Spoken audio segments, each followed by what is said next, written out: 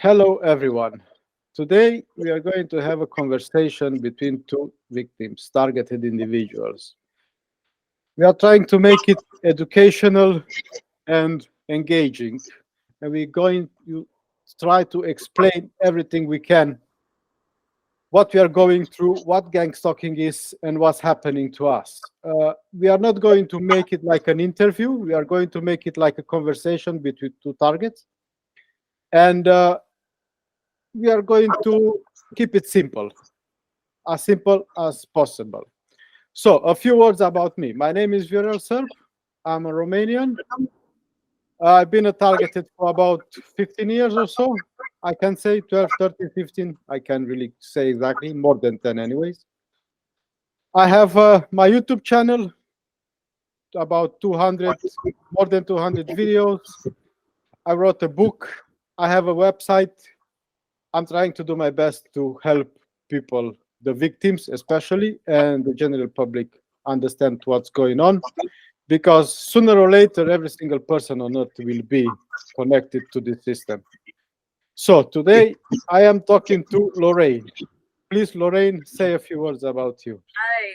Well, thank you so much for inviting me to have this chat. My name is Lorraine. Most people know me, Lorraine, Alternative Homesteading. But I moved from Manalapan, New Jersey, and a home I lived in for 30 years as a original owner. And I moved to rural Kentucky. I live on a farm. I've got cats and farm animals. I've got a 501c3 nonprofit cat rescue called Freya's Cat Rescue. I moved 28 rescue cats with me to Kentucky and adopted several more. My YouTube channel is Alternative Homesteading, where I provide evidentiary videos, homesteading, animals, and gang stalking, also known as organized stalking, community-based harassment, and my targeting experiences for the most part. So thank you so much for having me. Thank you for accepting the invitation and for talking to me. Yes. Let's start with talking about the people who are arresting us. Let's say, let me start with a few words. Yes. As far as my research goes, these people are the Freemasons. And what I came across when I researched the Freemasonry, the occult, they are using tactics and techniques and pedophilia to damage the brains of their members to make them more easily to be controlled. Like, it's something called MK Ultra, MK Naomi, and Project Monarch. So basically, they are torturing these human beings since birth, and they are kind of splitting their brains, and they are inserting new personalities in it. So these people are basically brain damaged. They are not normal human beings we are dealing with. And even if we are trying to, pump some common sense in them and trying to tell them what they are doing, we can't, because they are programmed to act the way they are acting. Plus, there are so many of them, and they are encouraging each other. So we a few of them telling them that what they are doing is wrong and they are brainwashed and they are brain damaged, it won't help. No. You studied psychology. You can add a few words to this. Yes. And I don't know if you can hear it, but as soon as you started to speak, my chickens, roosters, they're all cackling like crazy. I don't know if they're being harassed by somebody on the property or radio frequencies, but I hear them in the background just suddenly act up. But yes, I have an undergraduate degree in abnormal, deviant, and violent psychology with a concentration in addictive behaviors. Also, after that, I attended certification for drug and alcohol counseling, so I completed all of those credits. After that, I went for my master's degree. So I have a master's degree in psychology with a concentration in health. So for my master's thesis topic, capstone they called it, was medicating children diagnosed with ADHD and the healthy alternative. So basically, I delved into a topic that nobody wanted me to speak about. Some people have suggested that I'm targeted because of that, but I don't think so. But so most of my research revolved around the negative side effects of medicating children with Ritalin, also known as methylphenidate, Concerta, Adderall, all of those amphetamines, legalized cocaine. That's what I'm calling it. So that was my area of study. I also have 2 certifications in human resources. So I was a corporate human resources manager.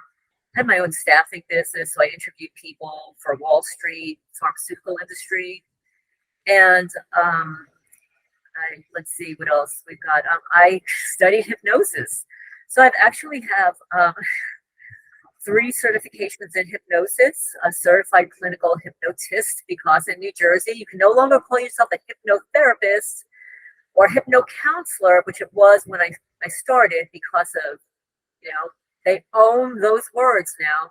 So yes, I'm a clinical certified hypnotist. So you know exactly what I'm saying. Yes, I know exactly what you're saying. I know exactly what they're doing to me. That's why I was saying I need to talk to you, because you also have these qualifications.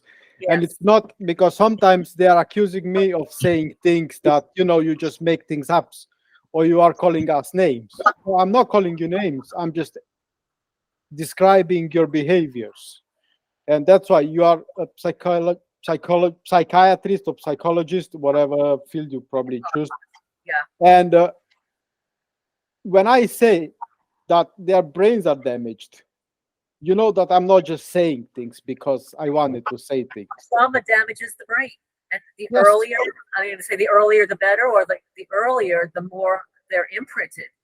We know that the brain is still developing till the age of 21 to 23 years old. For people that grow up in those trauma-based, mind control, satanic ritual abuse families, they're starting at infancy. And you're absolutely right. They want to split the personality.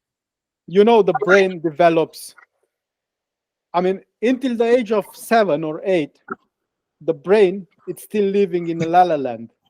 It's still can't perceive reality.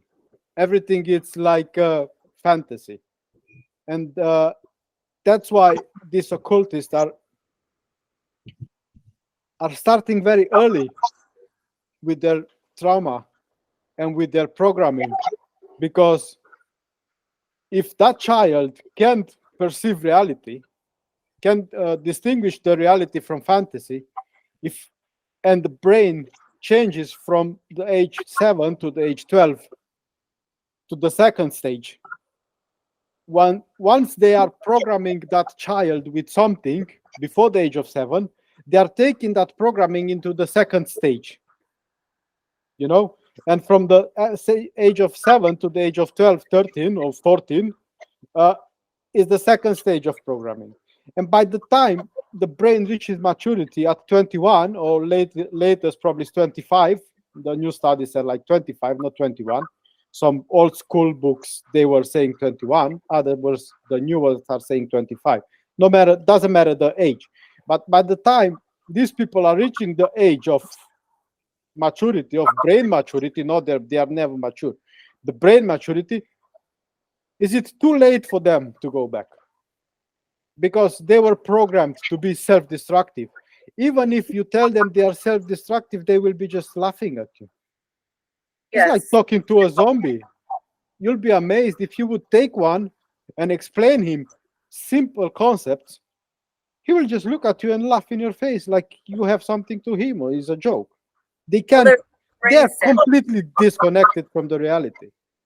They are programmed this way. From their feelings, and the lack of empathy, and compassion, and with regard to the age stages, they're very specific about before the age of 7, before the age of 14, and before the age of 28.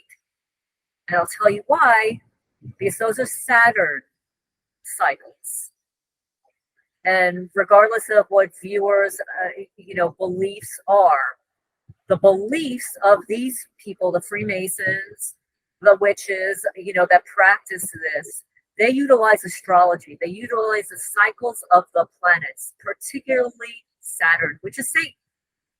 Yeah, the Saturnalia. Right before the age of 7, before the age of 14, and before the age of 28, which is why in many cultures, when there are arranged marriages, it's usually before the age of 28 because they're always astrologically matched.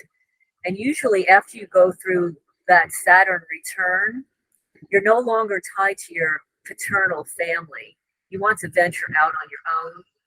So they make sure that you get married before the age of 28 so that you don't branch out to your individual mindset, if you will. You are trapped into the occult. Yeah. Yeah, I saw a lot of kids stalking and harassing me, and that's why I say we can't change them. But what I'm hoping with this chat, if they will listen to us, I know they will. They always do, to try to discredit us or leave naughty comments and try to talk nonsense. At least if we can explain them what is happening to them, they might have something clicking up there, and don't change completely or leave the occult because they will probably kill you, but just shift a little, get back to reality somehow, like a little slap somehow, wake up, what you're doing is wrong. We both know what we are talking about. It's not just trying to help us and the victims. We are always trying to help you guys, like the perpetrators, the Freemasons, because you are also victims. But you are seeing yourself as heroes, and you are not heroes. You are self-destructive. And you are not only self-destructing, you are distracting the world along you. Yes. And the good people. Yes. There's a lot of distortion between what's good is bad and what's bad is good. They seem to reverse everything, like it's a reversal. And there appears to be in this country, and other people are talking about it now, the rise of having a one religion. And the one religion, I mean, it's not Christianity, it's not Buddhism, it's Satanism. And they all have been erecting statues all over the country, here in the United States. I don't know about in other countries. People are protesting and stuff. So the one world religion that they're not telling people about, that other people surreptitiously are mentioning sideways, is Satanism. And there's a reversal of everything. Good is bad, bad is good. Backward clothing, black instead of white. Yeah, they are using a lot of inversion. And of course, and I don't know if I could even say this, in the community where people are transitioning, I'll use those words, they're transitioning from one sexual identity to another. That's an agenda. This is not naturally. I'm glad you brought that up. I will add something to that. I made a video and I wrote an article about Anonymous. And in that video, I exposed pedophilia and the dark web. On the dark web, there are hundreds and thousands of gigabytes, terabytes of child porn. Exactly what we discussed before we started recording. They are using pedophilia and they are using trauma. They are using pedophilia for two reasons. One, they believe in chakras. I'm not sure if they are real or not, and they believe in energies. And by raping a child with pure energy, they are connecting into the that child's chakra, and they are extracting that child's pure energy.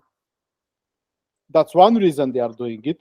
And the second reason they are doing it, it's because they want to traumatize that child to program it. Going back to the programming, what we were talking about. And I think that this transition that's happening, it's by design and by mistake. Because if you notice, these people, they really believe it. If you try to put some common sense in them and say, no, you are not a woman, you are a man, they will just jump on you, and they are willing to kill you. They really believe that. Going back to the programming, when they were children, they were probably made to believe all sorts of things, to turn them into self-destructive, organisms, because you cannot call them people anymore, because they are not people. They are like some sort of self-destructive organisms, because they don't have brains anymore. They are basically zombies. And it's everything about control. Somehow they think by damaging their own people and pushing their own people against the rest of us, somehow the rest of us will just bow down and say, okay, master, we are going to, chop my organs off and become something else. I mean, we, the people who grew up, let's say, in a normal environment, if you can, normal, it's subjective, but not with trauma and pedophilia and that, we cannot be manipulated as they are manipulating their own people. And somehow they have this delusion that they think that, okay, we control the half handful of people, now the rest are going to follow. No, it's not working that way. Somehow they have all the experts and all the psychologists and all the money in the world, but their stupidity and their delusion is just out of this world. Yes. Because they are passing the delusion from generation to generation, and it goes worse and worse and worse and worse. Instead of them getting smarter, they are getting dumber. That's why you see all these contradictions happening. That's why you see all, nothing making sense anymore. To them, in their delusion, it makes sense, but to the rest of us, it's just something isn't right. You can see it. Yeah, I think there are so many reasons for it. It's not just one. I mean, it's certainly an agenda. It may even start in utero, but many of the parents today, everybody's on TikTok and social media and stuff, and it seems to be socially acceptable now to transition. Like if you were a homely, little girl, who hasn't gone through puberty yet, oh, it's okay to transition. You'll feel better about yourself. We can give you some hormones now to prevent puberty, the puberty blockers, and then you won't have to go through those horrible symptoms.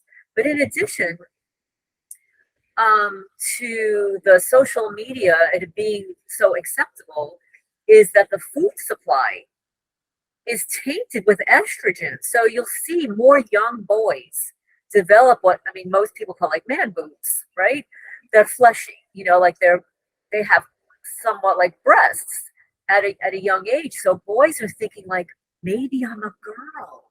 Yeah, because the testosterone is dropping, the estrogen is rising, and is the imbalance going on, plus the agenda.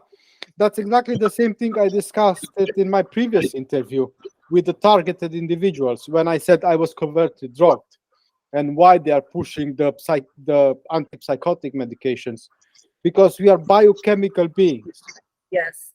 And they need to attack us from all fronts. They cannot just give you a magic pill and do whatever they want with you. So they are giving you a pill. They are creating the imbalance they are talking about with their pills. And then they are hitting you with directed energy weapons. Yes.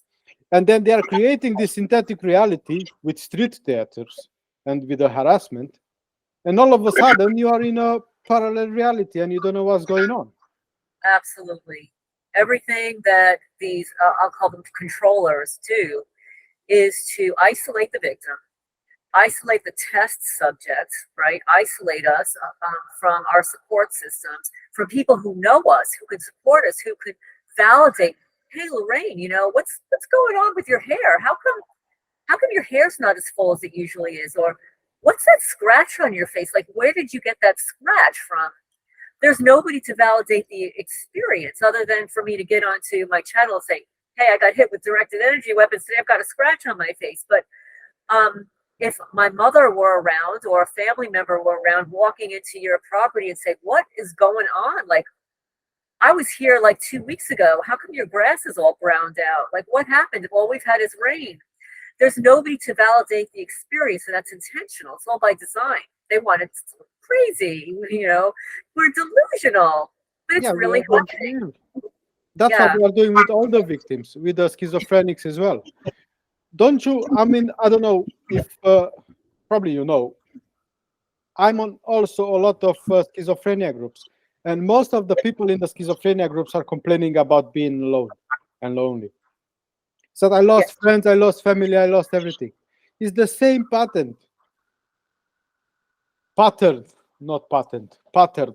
It's the same pattern in victims of mind control, like victims, like targeted individuals who know what's going on, and the schizophrenics who don't know what's going on, because they are creating this synthetic reality, and the programming works very well because most of these people believe in religion. I'm not religious. I don't follow the crowd, and I can't be brainwashed with religion, but most people are, and most people believe the lies that they are told that some sixth dimension entities are harassing them, or some fallen angels or demons or whatever, which is not true. It's all medication, technology, tactics and techniques used on the rest of us. Some will kind of agree, but then somehow they ignore you, and then some will just completely ignore. Like, if you tell them they are not, I know that the angels are harassing me. I mean, okay, if you know, what can I do? I'm trying to help you, and you just don't listen. The delusion and the brainwashing,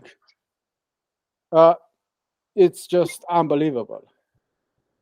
I mean, are you religious or you're not? No, I'm not religious. I actually grew up in a dual religion household. My mother's family was born in Russia and Poland, and my father's family was born in Italy. So we had Judaism and Catholicism in the same household. We never had a Bible. I didn't know anything of what was written in the Bible until, I guess, after I got divorced. I decided, I'm going to buy a Bible. I'm going to give it to my daughter because, I don't want her to miss out on something that everybody else is, looking at. I don't know whether or not she's even glanced at it, but no, I did not grow up religious at all. I did go to church every Sunday, as probably until I made my confirmation. I think that was at the age of like 13, maybe 13 or 14. And then after that, I just didn't really go anymore. Although my father would take us to Sunday Mass for Christmas because it was so beautiful. It actually, with the organ playing in the background, the flowers and the singing, the hymns, yeah, all the rituals and that, they're quite like nice, but yeah, it's very pretty. Yeah, that's why they can't brainwash you, and they can manipulate you because you are not religious, so you don't believe in fairy tales, and you studied psychology and psychiatry and everything you mentioned, so you kind of understand the process of how the brain works, and that's why I keep saying to the people, and I keep insisting making these videos educational, because if you know what you are dealing with, you can save yourself. You can help yourself.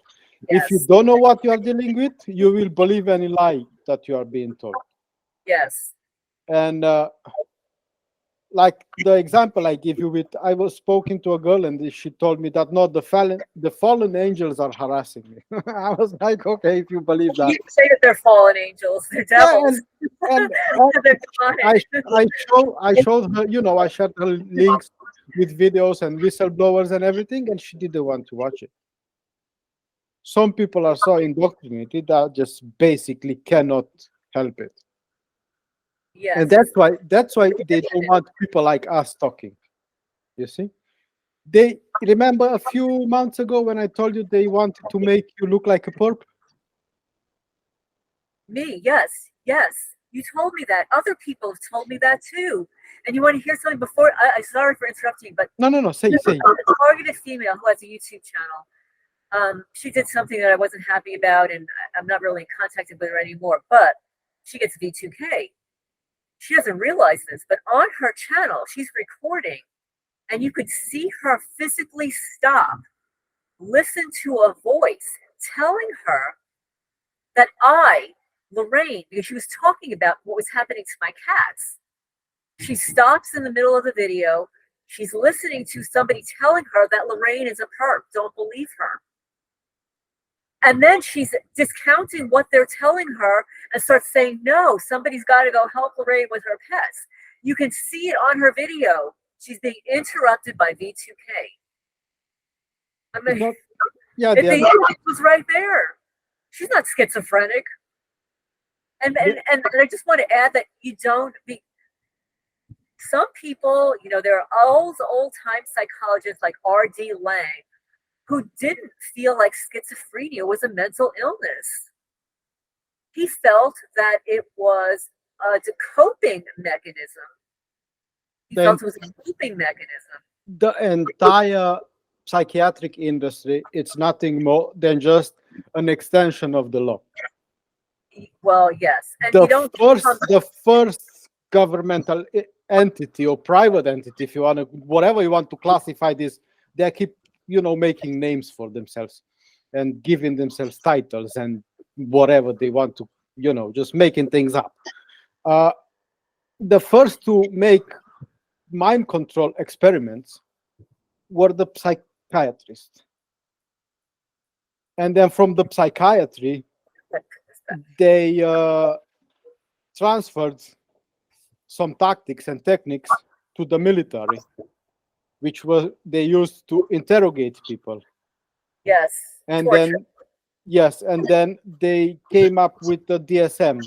And then they, for thousands of years, people need to understand this. For thousands of years, these people, the Freemasons, the Jews, the Jesuits, the Club of Rome, the whatever, there are a lot of people like, so-called the slave masters. For thousands of years, they are having this power because we are dumb, and they are keeping us dumb. That's why I insist we need to educate the people. We need to snap them back into reality, because like 99% of the people are living in La La Land, in different delusions. They are following football, they are following religion, they are following psychiatrists, they are following doctors. They are all this, I would call them instruments of control. They are nothing more, nothing less, just instruments of control to enslave us and to control us. And when people are indoctrinated, the only way to help them so they can help themselves is to educate them and to explain to them what's happening so they can understand and deal with it. Going back to, because I wanted to add something to the fact that it tried to make you look like a perp. How they did it? I will explain. First, I contacted you and I said, I want to, have this chat with you. What they did, of course, they are monitoring us. They are using number 3 to harass me. Number 3? Yes. In the following weeks and months, they made a lot of damage to your property using number 3. They made 3 holes in the ground. They made 3 holes in the bucket. They made, all over the place. Yes, triangles. Triangles, 3 points, 3 dots, 3 this, 3 that. And then because you know what I'm doing? Because I'm using like a defensive tactic. When somebody is harassing me using number 3, which is obvious who's a perp and who's not after so many years, I just simply block them. I don't follow them anymore. What they tried to do is they tried to make you look like a perp. So we don't have this conversation. I keep you isolated and keep me isolated. I see. The second thing they did, they took it one step further. After I told you that we need to talk, like I want to have a chat with you, what they did, they sent you an email and then they asked you to interview them. Remember? And you said in one of your videos, sorry guys, I'm very busy. I can't interview any of you now because I'm very busy. That was a reverse psychology trick they used because I'm listening to your channel. So when you said that, that's supposed to be directed to me because interesting. Yeah, because I asked you to interview me, but I didn't ask you to interview me. But that's how they put it. And then when you said, guys, I don't have time, that should have been the second trigger to consider you a perp, you know? Interesting. Like somehow you are harassing me and you are using the same things to, you know, reverse psychology. Like, yeah, she's a perp because she's using number 3. Now she's saying that she won't interview me and stuff and this and that.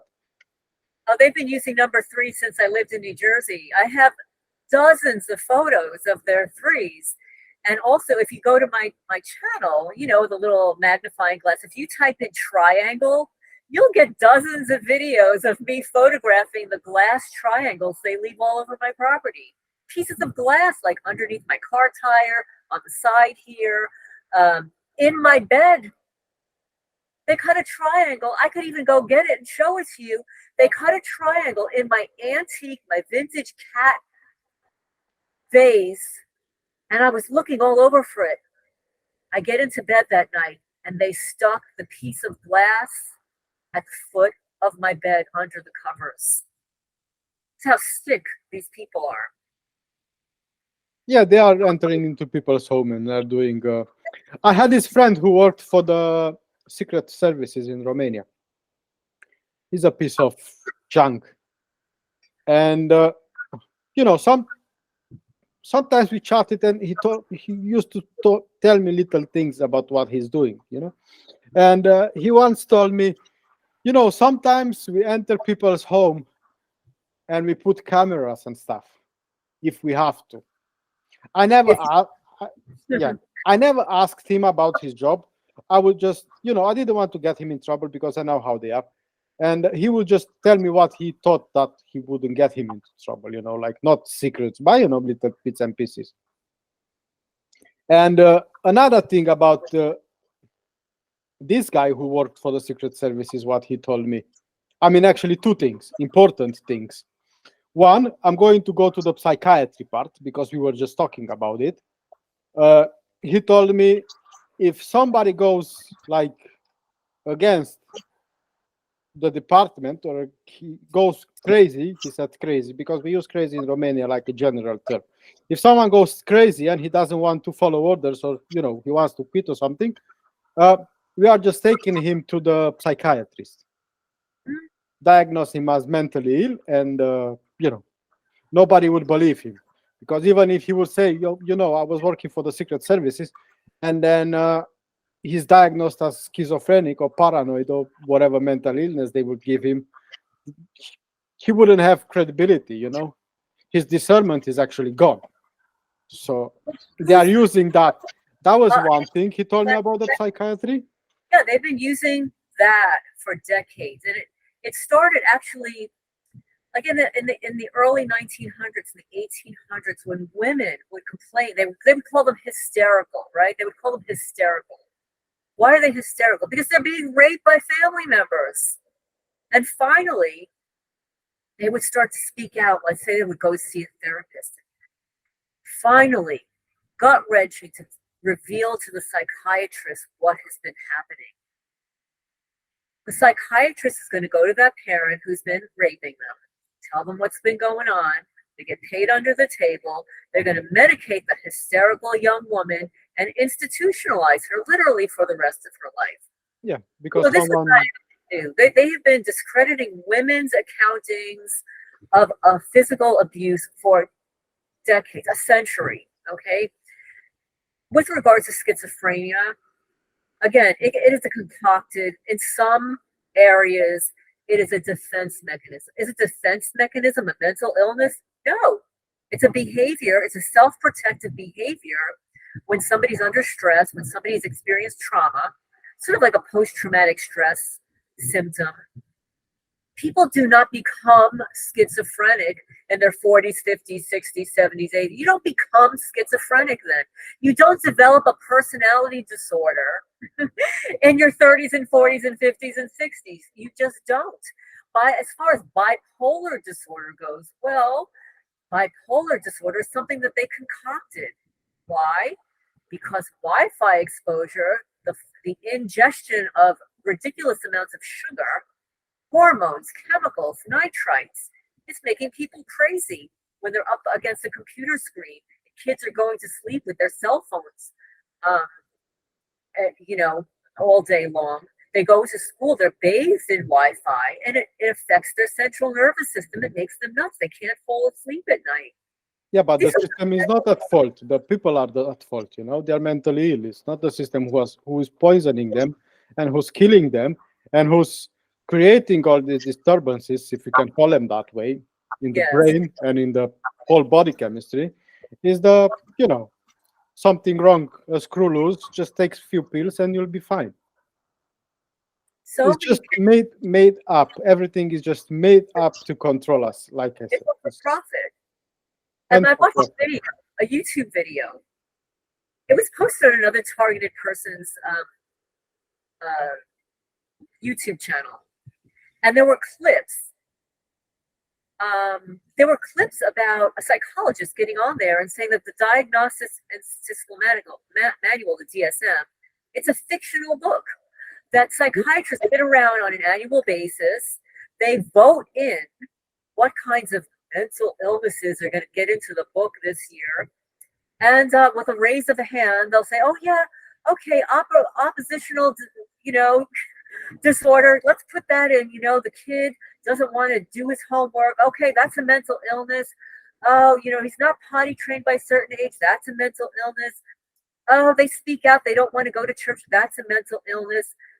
Everything is a mental illness. Okay, and then, we've got this great new drug that we're developing. It's voted, basically. Just voted based on nothing. It's based on nothing. Yes, and I when I was performing my research on children falsely diagnosed with ADHD, I got so much opposition.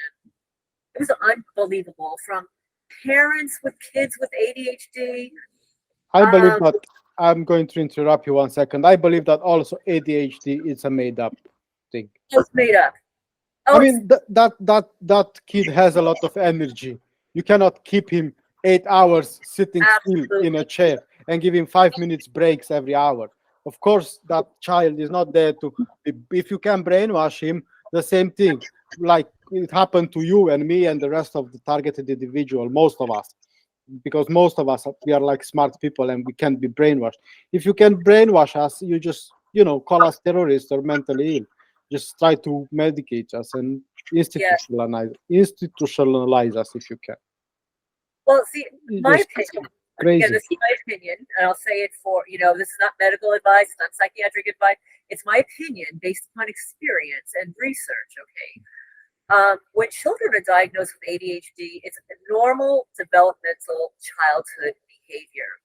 That's one. These days, there's no physical outlet. And I'm going to say, because I'm old, I'm older than you. When I was in grade school, we had something called recess. When we would have our lunch break, we would go out to the yard, the schoolyard, and go out to play. And we were free ranged, like my chickens, We could go out into the backyard and play with whomever we want, another classroom, kids from other classes. And then we would get called back in with a whistle, go back to our classrooms, get our energy out. We could play basketball, we could play handball, we could play hopscotch, we could play jump rope, all during our recess time. We go back into the classroom.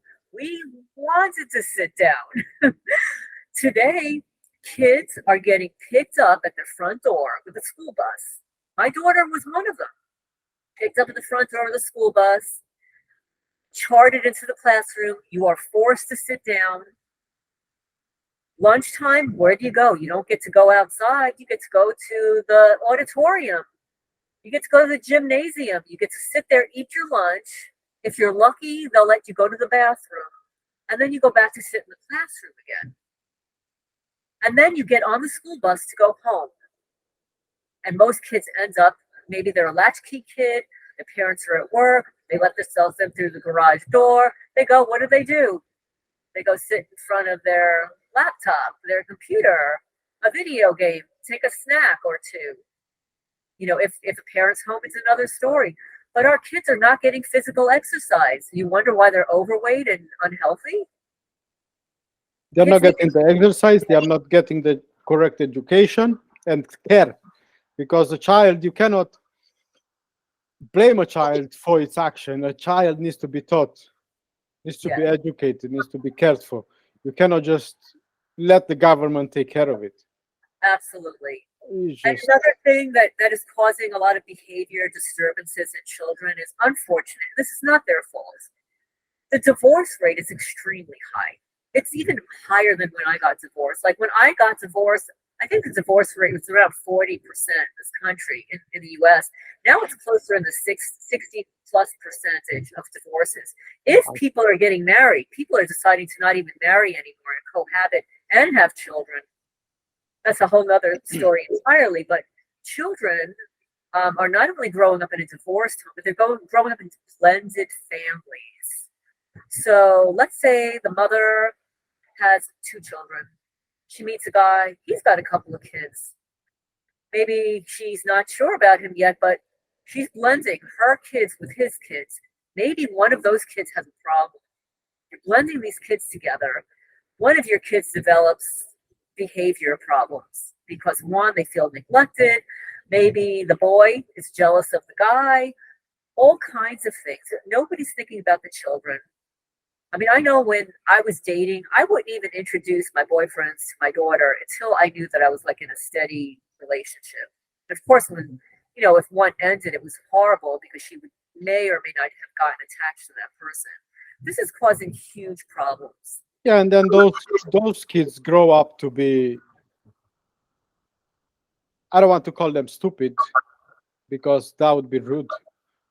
Just call them uneducated and lost, and then they will turn to drugs, they will turn to crimes, they will turn to perps to make easy money, they will turn to whatever. Yes. This whole system is designed in such a way to destroy us and to control us and to profit from our suffering. Yes. Because if they would imagine a system that cares for you so much that it won't allow you to grow your own food and live off the grid. It's insanity. I mean, just think about the contradiction of it. We are here to protect you, but we won't allow you to live off grid. Right. Because we want to control you to protect you. Yes. I mean, if I can take care of myself, why won't you let me? Yes. Because you need me and I don't need you. That's as simple as that. Even with the homeschooling, they were like, oh, you're educating your kids at home. They will be freaks and, you know, they will be weird. And nowadays, kids in school identify as cats and as dogs and as whatever else and changing genders. I mean, just think about it, how madness this is. And everybody does the most amazing thing. Everybody just goes along with it. There are a few who aren't, and they are just marginalized, but the majority is just going along with it. Well, with regard to the going along, get along and stuff, let's talk about some of our perpetrators. Like the mindset of the people that join these organized, community organized groups, these citizen watch groups. And I'm not talking about the true citizen watch groups that actually care for everybody in the community, want to be on the lookout. I'm talking about the little organized crime networks that are paid under the table to harass certain individuals. I mean, I'm looking at it, it's a hate crime. It is. And it is, I mean, I don't want to, but I have to keep repeating the same thing. It all boils down to the brainwashing and to the education of the person, because I've seen most, I mean, I can't say most, but a lot of people like perps, or even if they are not perps, but they are accepting money to harass me or harass someone else. These people are like, they see themselves as heroes. They believe in God. They believe in the system. They believe in these indoctrinations, in this brainwashing. And when the perpetrators are recruiting them, they see themselves as heroes. Like, Yeah. we are the good guys. Look, I'm from the police. This guy or this girl is a terrorist. I'm going to give you a few bucks when you see it or see them. Just say these numbers or say these sentences because they are so bad and we are so good. So they are delusional and they are see themselves like we said, like heroes. That's why the brainwashing is dangerous, and that's why they don't want us to connect and talk and tell people about it, because we have, as you know, and you studied the psychiatry and psychology, you know that we have neurons, mirror neurons, Yes, yes, and we do what we see others doing.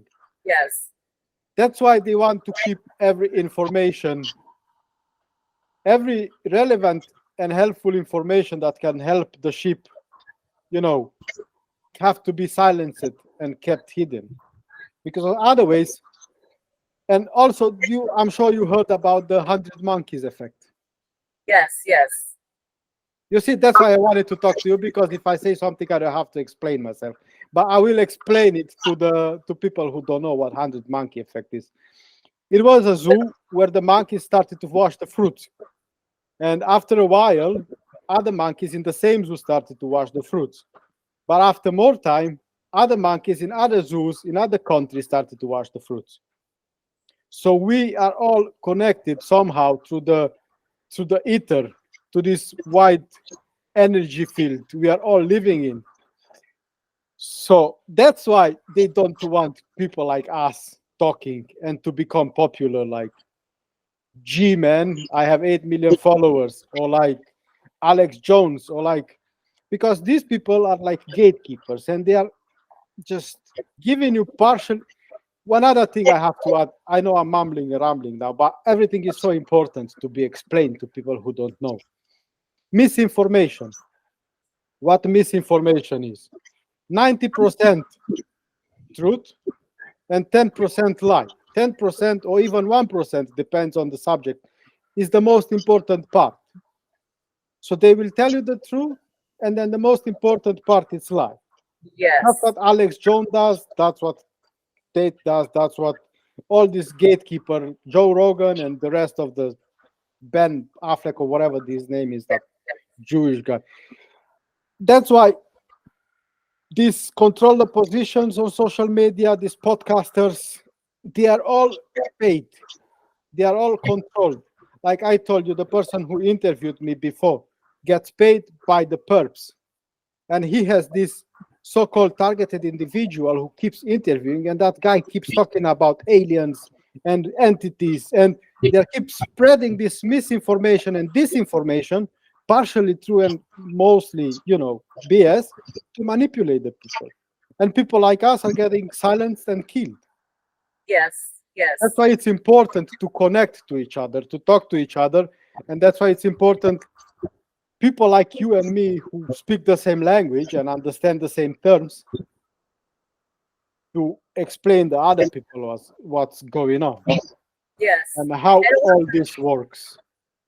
compared to the internet and chat and stuff, we have this back and forth conversation. So if I'm not understanding something you're saying, I could immediately ask you for the feedback. There's a lot of misinterpretation online and infighting because of that. But also, with regard to what you're referring to before, there's the 6 degrees of separation. They say that there are only 6 people. You're 6 people away from knowing somebody that somebody else knows that somebody else knows. But also, when people get together and meditate together, the energy, the energy field that Sabrina Wallace calls it the biofield around us. I mean, I was trained as it's the energy centers of the body of the chakras. Yes, I'm a Reiki master teacher. I didn't remember to mention that to you. I've studied energy work with my hands. Haven't done it in years since I'm living here, but that's why directed all energy that weapons. energy, They are which attacking is our why- energy fields. yes, which is why, like, when you meet somebody in person, you can be either attracted. I don't mean like sexually. I mean like you're attracted to them as a person, or you're repelled by them as a person. It's the energy that they're emanating from their bodies. You're getting a connection, or you're not getting. They also call it the global consciousness Yes, project. yes, They are monitoring it. yes, and they hate it. They And don't. they see it raising and they see it changing and they don't want it. Because one, I said it before, one of us can defeat 100 or 1,000 of them. Yes. Because they are zombified. We are not. And if we are spreading truth and we are explaining the zombies what's going on, and then more zombies are seeing that, hey, those people are quite smart. Let's just subscribe, or let's just follow them, or read their post. And then they see the lie they were told, and the manipulation they've been through, the trauma they've been put through. They might start waking up, and they'll be like, oops, what just happened? I lived my entire life of lie. My parents raped me and tortured me. I shouldn't be tortured, because look, there are millions of people who aren't tortured, who are living better lives, are not going around and stalking strangers for a few pennies. Right. That's why we need to educate them. Well, there's something inherently wrong with someone that has enough time, nothing important to do where they have to follow someone else, physically stalk someone else. I mean, there are peeping Tom laws. There are laws in every state in the United States anti-stalking, stalking laws, and yet the Department of Justice doles out money each year for these community groups with no oversight. Half of these community groups are performing the quote-unquote the gang stalking, the organized stalking. That's true, but you know they are getting away with stalking. You know how? I'll explain. When a person is following you more than, let's say, a dozen times, then you can say it's stalking. If you see that person in the city 3 or 4 times, you can call it coincidence, right? Yes. That friend of mine, former friend of mine who used to work for the Secret Services, explained me that when he tried to discredit me. So listen to this. He said, okay, you are being followed, right? How many times do you need to meet someone before you call it stalking? I said, I don't know. He said, okay, let's say you live in a small city. You go to the supermarket, you meet that person. You go to the gas station, you meet that person. It's coincidence a few times. But after that, it's not a coincidence. It's stalking. This is what they did. They are not pushing the limit of coincidence. They are sending a person to harass you 1, 2, 3 times. And then they're sending the next person. And the next person. And the next person. So when you are going to, let's say you are going to the police and you say, these 5 people harassed me today because all of them said the same number, all of them wore the same shirt, or all of them did the same thing. They say, okay, that's a coincidence. There is no way 5 people from 5 different sides of the town, or probably some of them are not even from the town because they are moving around cities. So it's not possible that 5 people from different places, they all know you and they all harass you, so you are mentally ill. You see what they did? Yes. So you can gather, I mean, you can gather evidence because you can use a camera and record them. And we know how it works. The sensitization and the NLP, But when you try to prove it, it's difficult to prove it because it was designed in such a way because they made the laws, right? So they worked around the laws. They made the laws, and then they designed the program around the laws. And in, like we discussed before, in conjunction with the secret services, with the military, with the psychiatric industry, with the police, with all of these are Freemasons. They are all working together. They are all interconnected. Yes. And that's why they designed a system like, let's say the religion. They designed the religion, they told you what to believe, what's right and what's wrong. And then if you don't do as they are telling you, they can punish you. Exactly the same thing. They designed criteria for the mental illness, and they are doing the same thing. They are mimicking the same criteria. So once you are trying to explain people, look, this is harassment, this is not mental illness, you'll go to the same police officer who's probably a Freemason, or to the same doctor who's probably working for the Freemason or is a Freemason. You'll explain that, and he will give you the arguments that I just gave you, you know, and he will discredit you. And you have nothing to say. I mean, what can you say? Nothing. And that's why I said in my book, shut the hell up. Oh, this is his book, by the way, for anybody. I don't know if you could see it here. You can see it. That's why I said at the end of my book, shut up until you don't have enough proof, enough evidence to talk about it, to show it, or at least you can explain it, then you can talk about it. Because if you can explain it, you will be forcibly medicated.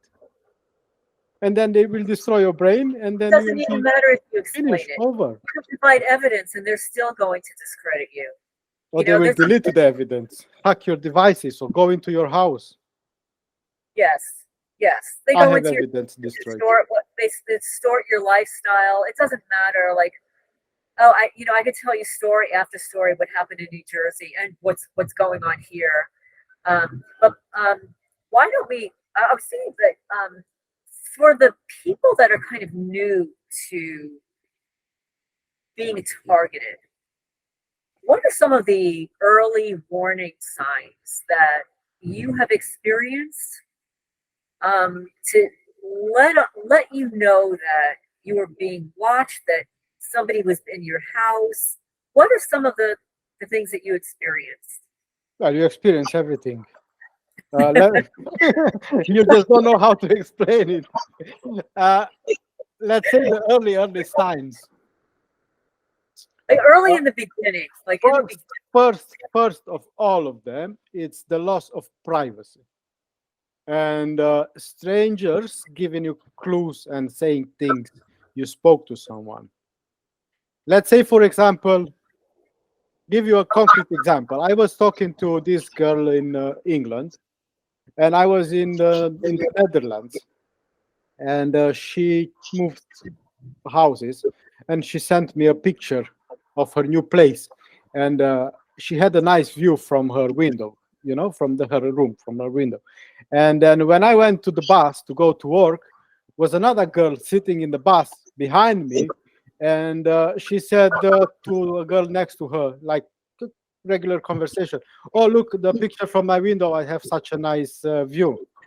Like the same thing I spoke to that girl. I mean, how would a complete stranger in the bus in the Netherlands know what I spoke to that girl in England? That's one, and the most important. You will hear that a lot at the beginning. The second, your friends and strangers will give you clues that they know what you are thinking about, because they can read your thoughts. They could do it like 30, 40 years ago. They can read and manipulate your dreams as well. So, go into that. They will give you clues. I was in Hong Kong, and I moved in with this girl. She was alone. Her mother was working in China. And she had quite a big head. So I'm not going to lie. But I couldn't say that in her face, because she was like amazing. You know, she was smart. She was very well educated. She was very ambitious. She was friendly with me. And I mean, she was a nice girl, like overall. But she had a big head. And, you know, when you see a feature to a person, you cannot hide it. You think it to yourself. But, you know, if you see someone who has nice eyes, you say you have nice eyes. But if you see someone with a big head, you don't say you have a big head. And you just thinking to yourself. And it was during the night. It was about bedtime. She was sleeping in her room, me in my room. She had the spare room I was renting from her. And she had this like a band-aid over her head, and I said, "What's that?" She said, "Oh, I have a big head." Uh, and I was like, okay, never mind. That's weird, you know. And people will keep giving you clues like this. Yeah. Other time, I was thinking about because I'm a chef, I'm a qualified chef. I Oh, studied, I didn't know that. catering and hospitality. And I Nice. was thinking to open my own place and how to promote it. And I was thinking, like, the smell of the food attracts more people than the marketing, you know. And the next few days, one of the people who lived in the same house with me gave me the same clue. He was like, "Yeah, we all know that smell helps sell food or things like that." That's the second thing, which if you will say someone these things, like to a police officer or to a psychiatrist, you will get medicated. And then the third most important thing is the bullying. Yes, harassment. Yes. The bullying from colleagues, the bullying from friends, the bullying from everybody, then the harassment, and then moving on to the rest of tactics and techniques and device hacking and online harassment, and then losing your accounts because they'll change the passwords or taking Yes. over your groups and stuff. Slowly, then ruining the relationship, and slowly, going towards the suicide, because that's the purpose of this at the Yes. the end goal. But these are the three most important parts: people talking about you, reading, giving you clues that what you were thinking about or what you was talking about with people, and then the bullying, the harassment, and then it slides down from there into the Yes. abyss. Yes. Well, I- how about you? How did you realize that? Well, now of course, I lived in New Jersey, so there. This is going to sound really bad, but there can be a lot of rude people, like in New Jersey, naturally. But it turns out that there were more and more rude people cutting me off on the road,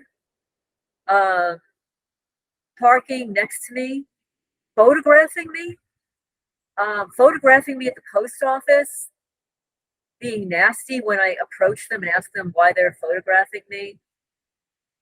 I saw that too. Just to add that. What? A lot of people with their phones taking pictures and videos. Yeah, it was just very bizarre behavior. And then my cats were starting to get really sick, like just dying, healthy cats. And I would bring them to the vet. Sometimes the vet wouldn't know what was wrong. There were the constant U-turns in front of my car, people following me, photographing me. There would be times I would come home, from going out at night or whatever, going out to eat, and there would be a car parked facing my driveway with like a bunch of people in there. And I knew that they were watching me somehow. Sometimes it would be a bunch of women. I just automatically assumed that it was, I call them the feral cat cartel. There was a group of women in New Jersey that also had nonprofits, or allegedly had nonprofits. They rescue cats and stuff. They were very jealous of the work that I was doing, and they were literally stealing my cats and placing them online for adoption so that they can collect some money. It was very sadistic. So I just assumed that these people that were parked facing my driveway were part of their little sadistic club. Unbeknownst to me, I had no idea that I was now being surveilled for a program. There was another time I went to feed my feral cats that lived outside. I had written permission to feed them. And I pulled up to the place that I usually feed them, and there was a car parked there taking notes on me, watching everything that I did, taking notes. Then other things started happening. I noticed that my trees that were really luscious and that I cared for, I'm a gardener. I'd lived there for a long time, and I really had some of the prettiest landscaping on the block. Even by landscaper standards, they would always say, your landscaping is so beautiful. And I noticed that plants were suddenly dying. Specifically trees. I had a tree in each corner of the yard, one in the middle, one in the front, on the sides. And then, like every year, another tree would die that I would have to have it cut down. And I was literally the only person on the block that had a landscaper. I had a tree guy. You know, every 3 years I'd have him come and just top off my trees, make them look nice and everything. So I really cared well for the trees. So it's just bizarre that all of my trees were dying. Every one of them, from every corner of the yard, every middle. By the time I moved, they were all gone, except for one tree.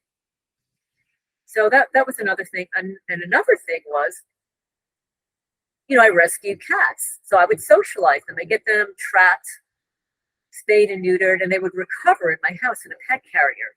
They would be fine. I would go out, I'd come back, and they would be afraid. They would be fearful. Sometimes I would walk in the house and I wouldn't see any of my cats. And then I'd go looking for them, and they would all be huddled under a big chair in the corner of the family room. It still didn't occur to me, like my mind, like the cognitive dissonance, because I had a security system. I had cameras. I had a house alarm. How could somebody be getting in and out of my house and I wouldn't get alerted, you know, to my phone, to a text message? How is it possible? Then I noticed that things would be out of place. I would find things from my attic in my office. My eye makeup pencils would end up with my pens in my office. I noticed deterioration. Like I noticed like the paint on the border of my molding was crumbling. Like with a heat gun. I found out later that somebody said that somebody's using a heat gun on your molding. There would be urine. I have videos of this online on my channel. Megs B, who interviewed me years ago, compiled something, and they were pouring urine underneath my stove burners.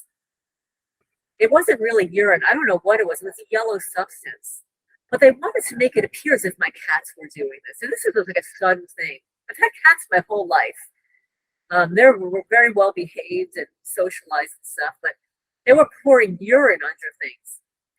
And then I noticed that my clothing would disappear. I would pull out clothing, and some of them would have holes in them. They would be turned inside out. A lot of clothing would be just suddenly turned inside out. I purchased, you know, I like to save money by purchasing things in bulk. So I purchased this really big container of laundry detergent. It was in between my washer and my dryer. And I went to reach for it to fill up another container. It was empty, like there was this much in it. I never opened it.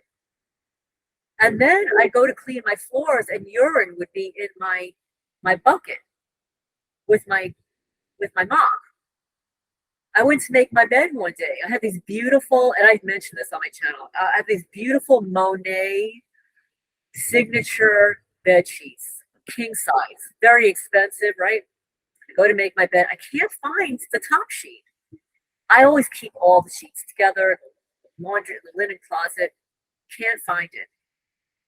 I don't know how long later. I go to grab a rag from my laundry room and cut up with my towels was that bed sheet. Somebody had torn it to shreds and stacked it in with my rags. What you are describing, it's exactly almost sentence by sentence to Dr. Ronnie Kilde's book. Really? I even made a video because I tried to buy the whole book, but I couldn't find it. And I found a chapter 18, I think it is. And yes, I made a video about it because that one was freely all over the place. and I made a video about it, like an audio. I took the text and I converted it into audio. So I know what you are telling me. I read down there exactly the same thing. Exactly the same. It's endless. What you are, yeah, the list is like, the video is like half an hour, and imagine how much it is. All the, how do you call it? People who are doing maintenance are being recruited. Yes, it's called people on the roads are being recruited, like what you said with the cars. Like everything you said is in that book. What I wanted to say regarding the NGOs, there's always multiple reasons for what they are doing. First, it's money. Second, it's sabotage. What they are doing with NGOs, they are copycatting, like word by word, action by action, what people are doing, not necessarily targeted individuals, even regular people who don't know what's happening to them, or they don't even know what GangStalking is. They are copycatting everything. They are making their own companies, NGOs or companies, applying for grants, for loans, for all this type of stuff, stealing identities from people, making fake companies, pocketing the money, and moving on to the next scam. Yes, that's a good point. And when you see that they are doing the same thing what you are doing, they did the same thing to me. When I would see someone do the same thing that I'm doing, I would stop doing it. I don't know, like a defensive mechanism. And let's give you an example. I wanted to open a fresh juice bar in Denmark because I was working in Denmark, and it was like a street food place. You know what street food is? Something similar to the Christmas markets. Yes. But it's just permanent. It's just there. Like little places with all sorts of finger food and, fast food. Fast food and stuff. Food stands, And I went there because that business doesn't take too much money to start. You can, literally do it with limited budget. And you can even do it like one-man army. And I wanted to open a juice place, like fresh juice bar in this place. And I went there. I saw what's going on around. I analyzed the thing. I saw what's missing, what could go on. And then I was thinking, oops, I'm going to save some money. And then I, probably start doing my own thing. A few weeks later, the juice bar was there. So basically stealing my idea, like to monetize, one. Second, to sabotage you. Because if they open that bar just before you, you won't go there and open another one, right? I've had that happen here. So the same thing, if you are rescuing cats in an area of 50 kilometers, I speak in kilometers because 50 miles, there are only a number of cats in that 50 miles you can save in that radius. So if there is another cat rescue, probably you kind of in their way, because if you are there, you can apply for the loans, you can apply for the grants, you can do the things they are doing. And you are first competing with them because they saw the money, the opportunity to cash in. That's the main reason. And the second main reason, you can call it main, is to sabotage you as a victim. Yes. Because at some point they said, we don't want what you have. We want you to have nothing. Right. Because the main purpose is for the victim to commit suicide. That's what they want. Because from what I understand, that these criminals have taken life insurance policies out on us, that they're going to bank on our death. But, many of us have family members, children and stuff. And I mean, it's very nefarious. It's very nefarious. I don't know how do you go about proving that somebody has taken a life insurance policy out on you. I don't know. There are thousands of insurance companies. How can you check them all? You can't. It's impossible. And how are you going to find out? And they have people inside because these parasites are spread all over the place and all over the world, and they are committing a lot of fraud, because even if someone gets caught, probably they are, committing a fraud of few millions. They may be caught on one case or two cases, even if they go to jail for a little time, and then their pockets are full. Yes. The main reason is the money, and the second main reason is to sabotage and destroy the victim. Yes. And then the third reason is to control, because, like I put in my book and in my first interview, they have multiple purposes. The military-industrial complex is developing the weapons.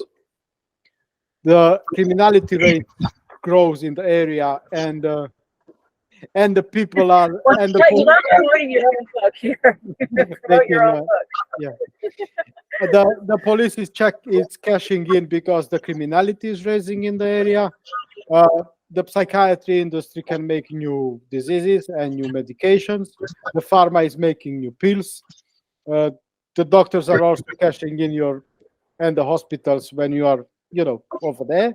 So I put it in my last articles, on my website, the dangerous sides of antipsychotics. What is the name of your website? DeleteTheNewWorldOrder.com. What is it? Delete the NWO.com. Oh, delete the New World Order. Okay. I wasn't sure if it was the GangStalking attention awareness. Yeah, that's my my YouTube channel. Okay. But what I did with the website, you can sign in and you can go in and see. What I tried to do with the website, I made 3 categories. One, it's non-conspiracies, which I will write about everything that's going on in the world. Like food shortages and mind control and the harmful side effects of medication, predictive programming, like trying to disconnect as many slaves from the matrix. And then the second thing, I'll focus on mind control mainly, like GangStalking and tactics and solutions. And the third, it's doing something educational for the people to become self-sufficient. Yes. Kind of homesteading, but not homesteading.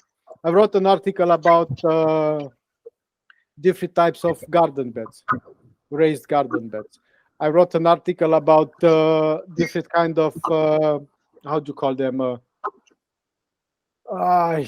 My brain now. It's here. Greenhouses. 7 types of greenhouses. So what I'm trying to do overall with the website is educate people about the world we live in first, with the non-conspiracy category. The mind, and then this mind control, help them to disconnect from the system. And then with the self-sufficient category, it's helped them become self-sufficient, which I took on like 3 full-time jobs.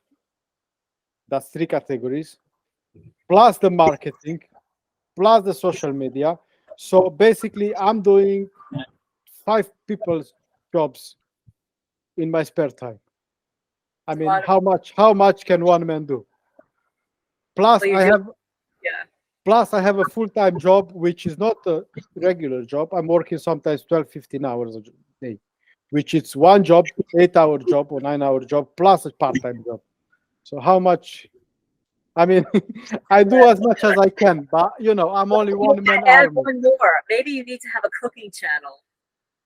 I mean, cooking channel too, but I was thinking about it, but it's too much. It's a lot. Yeah. I can't even, how to explain it. I wrote an article about how to stay safe online. I put all the elements to monetize it, and when I applied to the companies to monetize it, I wasn't accepted. So now I have to, I spend a week writing the article, making the video, explaining everything, and then now when I try to monetize it, I can't. There must be some words in there that they don't like. Well, when they heard about delete the New World Order and they are all New World Order, nobody wants me. Probably. We So don't want I have to do it more like a side hustle. I have to try to find other ways to monetize it. I have a merch shop. I'm selling, even this personalized T-shirt. I don't know how much you can see. Oh yeah, I see that. Yeah, I see. I see. And but nobody bought anything yet. So what I'm trying to do with the website is, and with this sentence I will end and we can continue to something else. I want to do this as a full-time job to help people, but so far it's unsuccessful. Maybe in a year or two I might be able to earn enough commissions from selling products or recommending products to be able to sustain myself, so I can do it full-time. I hear Because you. with my part-time writing articles when I have time, and that first, I don't have enough content to monetize, and second, I don't have enough time to monetize. But I'm building it in the spare time, and hopefully, in the near future, I'm going to transfer from driving trucks to writing articles and helping people and interviewing people and explaining it, like do a whole lot to help people, those who want to be helped, at least. Yes. I think a part of the challenge, like with within the targeting community, is that so many people have been financially, literally raped, financially destroyed. They don't have the extra income to, purchase additional. They're too busy, getting their shielding, paying for their shielding, their security, then to purchase, other things that they might enjoy, t-shirts and stuff like that. I know that there are some things that I'd like to buy that I can't. So I think that's a big challenge. And I also feel like most of the targeting YouTube channels are somewhat shadow banned. I even tried to locate one of my own videos with the exact title, and it wouldn't populate. I couldn't find it. I had to actually go into my own Channel search to search for my video, but I couldn't do it through YouTube. So if I can't find my own video through YouTube with the exact wording of the title, then other people are not going to find it either. I had people commenting on my channel and saying I had to scroll all the way down to the bottom to find this video. Yes. They won't let me. I don't know if you saw my video from yesterday. They won't let me monetize my YouTube channel. I made a video yesterday showing every comment, about 10 videos, what everybody has to say, that it helped them, saved their life. They are going through this and that. Everybody agreeing with me, thanking me, and YouTube classified my YouTube channel as harmful.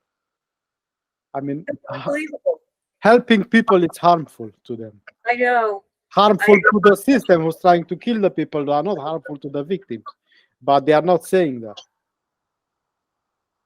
That's the life we live. That's why they want us, like I said, with the 100 monkey effect. Yes. With everything we discussed so far, with the mirror neurons, with everything, they want us silenced. They want us silenced. They want to silence the truth, and they don't want us connecting and talking. And yes. I've noticed that some of the larger YouTube creators, and I'm not saying in the targeting community, the larger YouTube creators, I'm not sure if you're familiar with Off Grid with Doug and Stacy. They've been around having their own homestead in Missouri for the last, I think they said 12 or 13 years, 14 years. They've got 11 acres of land. They teach people how to live off the grid, but I would say that within the last few months, most of their videos have been about these topics and warning people about what's to come. And they even got a warning. And some for other what's to come, we can talk for like another week for what's to come. Yes. So, and they are shadow banning them too, or what? Sorry, I interrupt you. What you were going to say about it? There's just a lot of other YouTube creators, not within the targeting community, within the homesteading and farming community, that are now speaking out because it directly affects everybody. Lots of there's this Riverside Homestead who's been speaking out about the food, the tainted food. Patrick Humphrey has been speaking out. He even started talking about directed energy weapons in one of his videos, and so did Off Grid with Doug and Stacy. What are the others? The Max, MACS. They're getting on there. MD Creekmore, who wrote a book. He's a homesteader, prepper, whatever. All these prepper channels, they're all starting to speak out, but they're on the tip of the iceberg, because as targeted people, we know what's really going on behind all of this. We know exactly how they are going to control everyone. Exactly. We're the test subjects, and what they're doing to us is just off the charts. And Sabrina Wallace and Dr. Eric Karlstrom have been doing some phenomenal compilations between her computer network engineering experience. She claims that we, targeted people, and all the people of the US will eventually be a node on a network. So you know the way, like, my laptop is hooked up to my printer, like the Tor network. You have different nodes connected and forming like a spider web across. Yes. But we, all us, the targeted individuals, we are a node on their network. And they're playing us like with a Sims card. They're sitting back, they're like manipulating our limbs, they're manipulating our brain. Okay, let's see it today. She spoke out too much. Let's just zap her in the left side of her head, like yesterday, where I had Brian Proof was saying the same thing. Brian Coffran, another one, was saying the same thing what you are saying. Yes, Brian Coffran, he discussed the social engineering, behavior modification aspects of the program. And Sabrina Wallace talks about us being nodes on networks as a computer network engineer. People are feeding her information. And Dr. Eric Holmstrom, he's compiling all the gang stalking, the home break-ins, the satanic underbelly, agenda cults are involved in all of this. So this is you see, the people you are talking about, I'm going to interrupt you. Yes, you're trying to make it like I said too. I'm sorry I'm not being rude. Just trying to complete something. These people you are talking about, they warned us for years. And nobody listened. Nobody. Now, if you go on YouTube, or I'm not even sure if it's on TV already, they have their own puppets, like that guy from Israel, Professor Yuri something. Is that the Noah Harari? That one, the skinny guy, the gay guy. He's a nut. I'm telling you. He's already telling people what people you are talking about. The people you were saying about warned us for years. Yes. They are now going public with the information, and the people are still zombified that they don't care. Yes. They are coming and tell you, we are too many, we are going to kill you. We are the humans are hackable animals. Klaus Schwab said you are going to have a microchip in your brain and you are going to be connected to a computer. It's out in the public, and the people are still like, zombified. Oh. Part of the reason is they have been traumatized over the last few years. It started with 9/11. People were traumatized after 9/11. It took people years. That's when everything accelerated. Everything's been accelerated between social media, the impact of social media. Obviously, with the last 3 years, with we can't say it. Yes, we better don't. Everybody knows what we are talking about. That's what it is. Jabby wabby, that whole 2.5 year period that's now extending. It's growing into this season. We're planning the season 2. It's season 2, part 2, 2.0. Part 2 of the show, yes. But that ultimately was staying at home for some people was torture. Didn't bother me one bit. I was like, stay away from me. You could wear your face mask. There's no way I'm putting that on my face. That's not going to happen. You know, like I'll carry it around my neck in case I go into town and somebody gets on my case or whatever. But no, I'm not wearing that nonsense. It didn't bother me because I never got tested. I never got that. And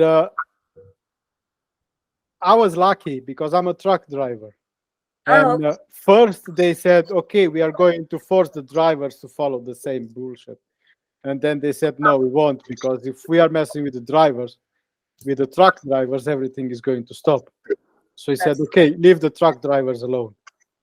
So I was coming in and out from the country with the truck. Nobody asked me anything. They didn't even stop me. I was crossing through Europe, through all the countries. Nobody asked me anything. Nobody tested me, nobody. I was like a free man. For me, it was like it never existed. The only thing that existed was the mask when I went shopping for groceries. But other than that, for me, it was like it never existed. Yes. Well, people were traumatized during that time. A lot of people lost work. They didn't go back to work. They had to change the dynamics of their family household. They have bills to pay. There are a lot of people that couldn't pay their mortgages. They're homeless now. The homeless population is crazy through the roof. Yeah, the homeless is through the roof and the houses are sitting empty. Yes. Yes. Who can afford them? And, you know, people, of course, you know, when things were good, they were buying houses that were huge. Huge heating bills, electric bills, bigger than they actually need. And now, like, they can't afford to even pay those bills. It's a real problem. All of the bills are growing exponentially. The cost of food is through the roof. Talking about food and housing, I don't know if you heard about, probably you did because you're into homesteading, about the tiny house community. Yes, yes. And the vegetarian agenda. Yes. And the green agenda. I felt for all of that back in 2012, 13, when it all started.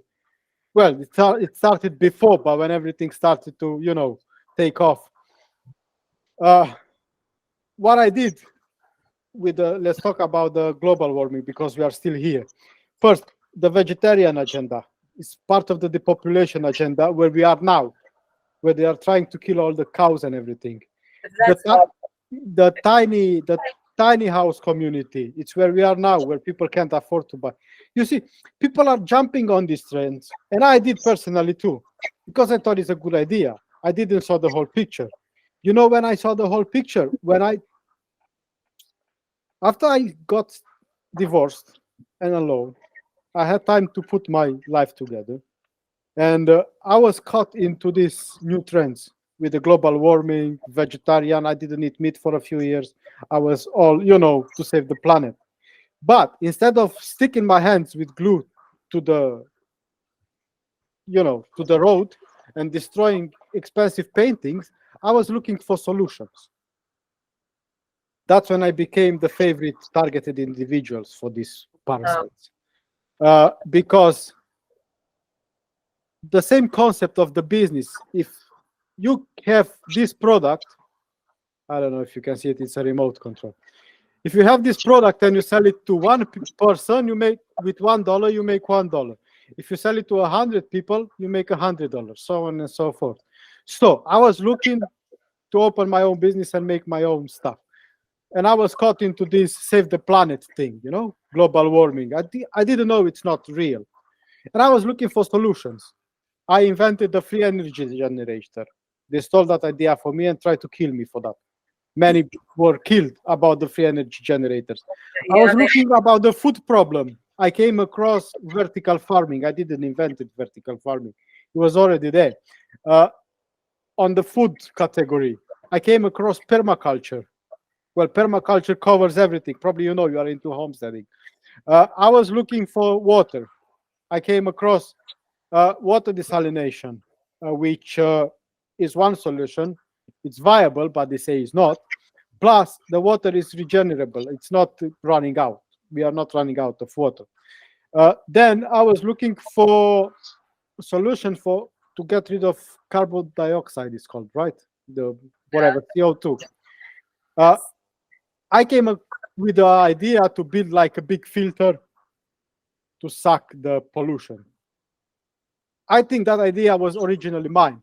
And then someone built that same thing in China, where I was thinking to go and build it. The same thing they did with the fruit juice business. Yes. And then after a few years, I saw the same idea develop. And after I did all the research into global warming, and I came across all the solutions, it hit me. I was like, and then they hit me to try to kill me, to steal all these ideas and solutions for me. And then I got hit by the ground, and the world is like, wait, it's not global warming? Because we have all the solutions. Why aren't we working on it and implementing it?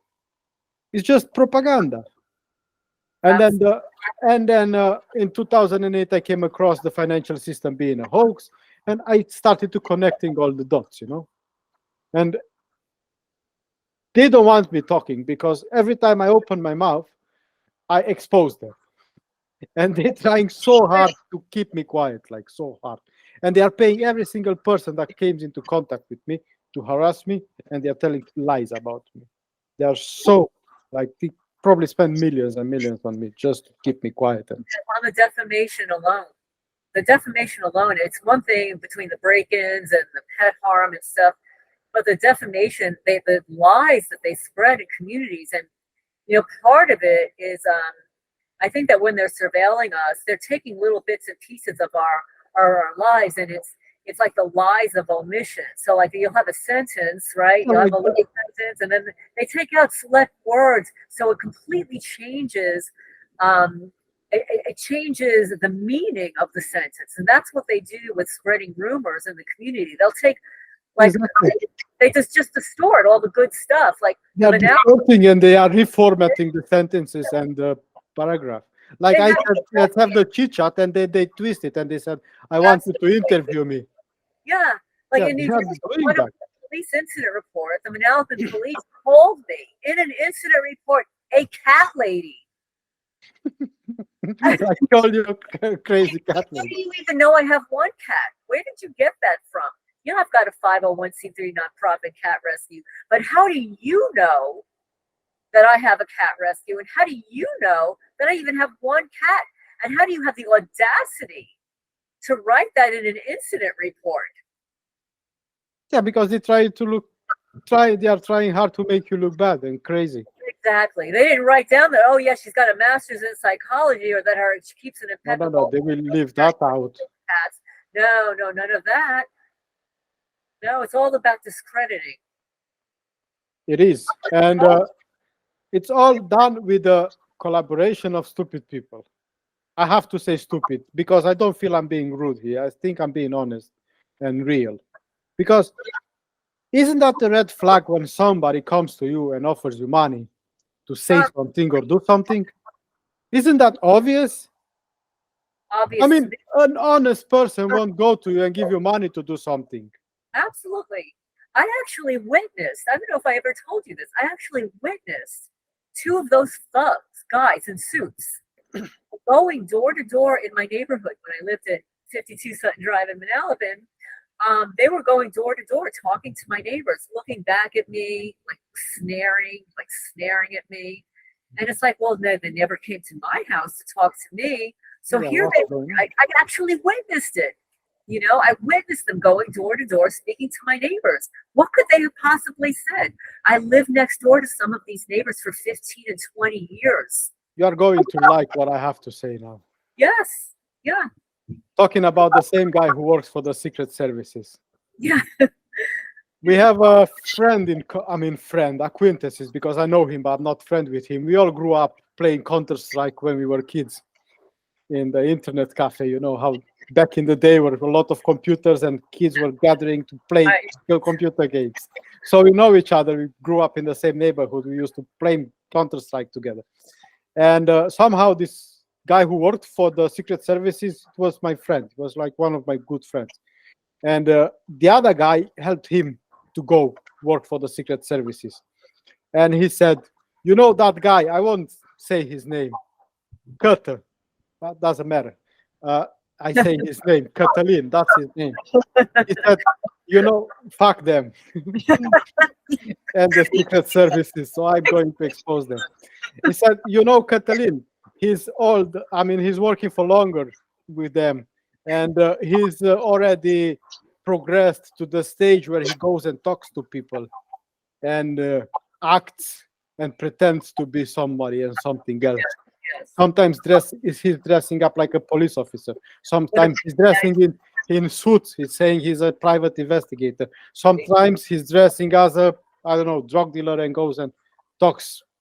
Whatever the mission is to discredit that target and to smear that target, he's kind of an actor. He's already trained to perform and trick people into same thing like you said. In your case, they went in suits. In other case, they are going in clowns. Because in other case, they are going like dressed like police officers. And that's what they are doing. So Well, yeah, I can confirm what you just said. Now, if let's say one of these goons approached you, wouldn't you want to know their identity? Wouldn't you want a business card? Wouldn't you want them to prove to you who they were? But they have fake IDs. Well, fake The ID. CIA, the CIA. Say, okay, well, you know what? I'll talk. Let me take your information and I'll get back to you. When people see the money, they forget about everything. I don't know about that. That would be. I tell you, because they are spending a lot of money. I was in Germany. I was walking by like a main street, like a high street. There's a lot of shops and everything. And just between like a side road was this fast food. And I went there. I was alone on the whole street with the fast food. I bought something to eat. I sat down. And 20 minutes later, just about when I finished my meal, the perp came. He showed his phone to the fast food worker. And he said, if you read this text, I give you 300 euros. For reading a text, like 2-3 sentences. And the guy working there just looked at me. And then he looked at the phone. And then he asked 300. And then that guy, the perp, said, yeah, I give you 300 if you just read the text. And then he read the text from the perp's phone. And then I sat up and left, But probably after that, he gave him the money because I didn't witness give him the money. But I'm working in Germany for years. I don't speak German, but I understand a little bit, and especially when it's about money and that. So imagine if a fast food worker got paid $300, 300 euros or dollars to read 2 sentences from a phone. Right. How much your neighbors get paid? It's more than he makes in a week. More than probably in a month. Well, yeah. I was working for this company where the person who I was working with, sometimes he harassed me. And one of my colleagues said, oh, I bet Robert was his name. I bet Robbie is happy you are working for such a long time for him. I mean, I was like, I tried to pretend that I'm stupid, And I said, yeah, because I didn't go home for such a long time. I made so many miles, and of course I'm making money for the company. And he started smear laughing like that. He said, yeah. But he meant Robbie gets paid by the perpetrators to collaborate with them. So that's why the neighbors are seeing the money and they are like, okay, I don't care about anything else. Well, they've got no soul. They sold their soul to the devil. Just the way, the music industry, they want their fame and fortune, and yet they're going to be tortured for the rest of their lives. And these criminals are going to off them. I mean, look at how they offed Michael Jackson, they offed Prince, they offed. They're all in the same club. Yeah, it's all the same. It's all part of the same thing. Exactly. I heard a targeted individual who was like a music producer saying that they stole his music and then he saw his song played by some other singer. Yes. And imagine if you, who are nobody, are going to say that Jay-Z stole my song. You will be called crazy. Right. But they are all in it. They are all like parasites, stealing and taking everything from people and killing the victims. Yes. That's why I call them parasites, because that's what the parasites do. That's what parasites do. They move into the host, they consume the host, and then they fight another host. That's why I call them parasites, because that's what they are. And We they, need to cut the parasites from the planet. So we need to yeah, because they say, you're calling us name. No, I'm not calling you name. I'm describing what you're doing. yes, It's just they're describing unbelievable. behavior. And all this gang stalking, it's connected to the police, it's connected to the FBI, it's connected to the music industry, it's Yes. connected to the psychiatry, to the hospitals. This whole system, it's basically run by the Jesuits and the Jews. And the Freemasons are the foot soldiers of the Jesuits and the Jews. Because if you look into their symbologies and into their logos, they all have the same logos. If it's a Freemason and it's promoted, it gets the same cross. You will find it in the Roman Empire, which is the Jesuits. If someone in the army gets promoted, you'll see the same, those four like arrows, like a cross, a red cross, and inverted cross, and crosses, and they all have these symbologies. If you look for them, you will see that the same thing the Freemason has, the Freemasonry are connected to the Jesuits, are connected to the Templars, are connected to the Jews, with the Star of David, with the All-Seeing Eye. Everything is a big club, like Carling said. It's a big club. Yes, everything is connected. We are just slaves to them. But the most annoying thing is they are happy to sell their soul and to be used and abused. And they are passing down to their children, they're passing down to the rest of the slaves. And this whole system is based on parasitic behavior, if you can call it that way. It is. And it's not only parasitic behavior, it's many of the people, particularly at the top of the globalists, the people, the controllers, they're not quite human anymore, and they're psychopaths. They're literally distorted. They have distorted thoughts. Their brains are literally different than ours.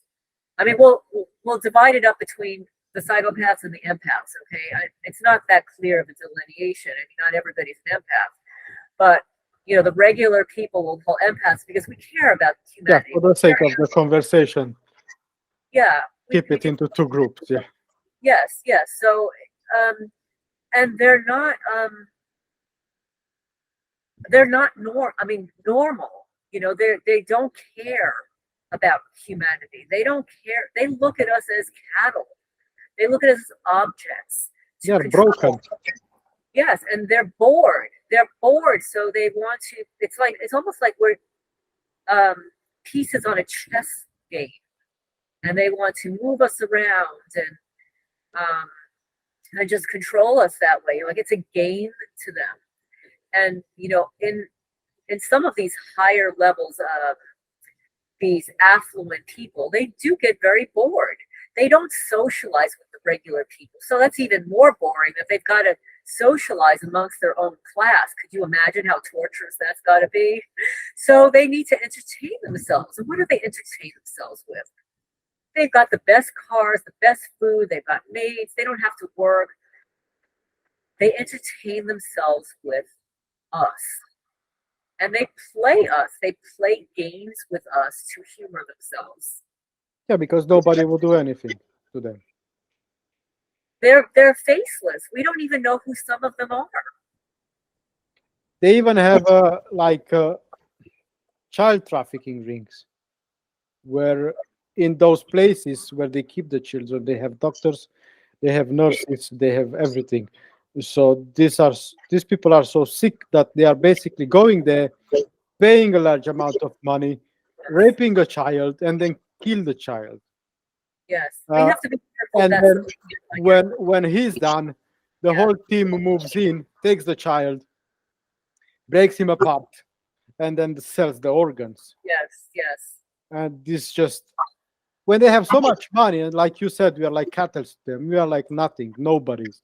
No, and there's no consequences. The thing is, there are no consequences to any of their actions. Well, because this whole system is based on money, and if they have the money to pay, they can get away with everything. Yeah, there were a few people out there that got consequences. I'm not even going to say their names because I don't even know if that's like a trigger. But do you remember the time when a lot of the female actresses were coming forward about the unwanted behaviors of this producer that begins with the letter W? Yeah, I know. You know, so eventually he ended up in prison. So, you know, maybe he was the sacrificial lamb in that industry. Maybe they had no choice but to get him in prison because so many people came forward. Well, maybe if so many people came forward and those people, when they were abused, they didn't have any power, and then the time passed by and then they, you know, all came together and stuff. Yes, but that's very rarely happening. Yes. Because everybody knows that Hollywood is like a sex cult and pedophilia cult. Well, so everybody knows you want to go up to the ladder, you have to go to few beds before you are getting up. Otherwise, you just won't get the roles, won't get the money. Yes.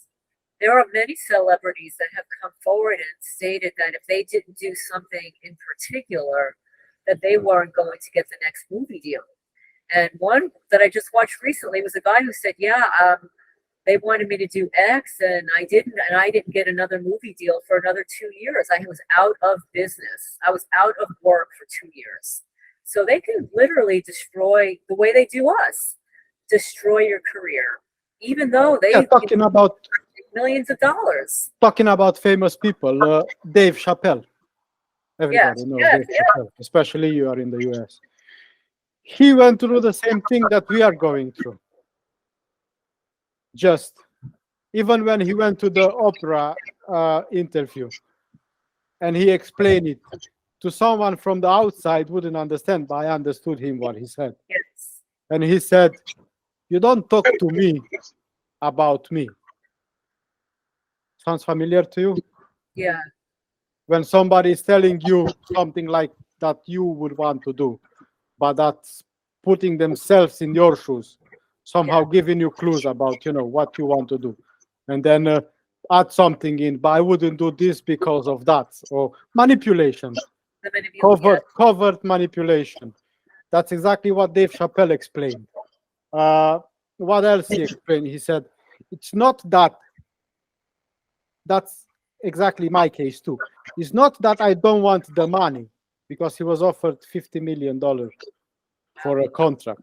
He said, it's not that I don't want the money. I want the money now. Give it here, bring it down. But I don't like the fact that they are always placing themselves one up of me. Like, I sell the contract and then I become your slave. Like, you are telling me what to do. That's what the Perps did to me too. They first destroyed me, and then they came to offer me money to join them. Interesting. He said, first they said, okay, we are going to give you 100K to apologize. No, first they said they are going to leave me alone. I said, fuck off. And then they said, we're going to give you 100K to apologize. And I said, fuck off. And then they said, we are going to give you 200K. And I said, fuck off. And then they said, we are going to give you 500K. I said, fuck off again. And then they said, we are going to give you 500K per month. I said, for 500K per month, I'm going to have sex with your mother and with you once per month.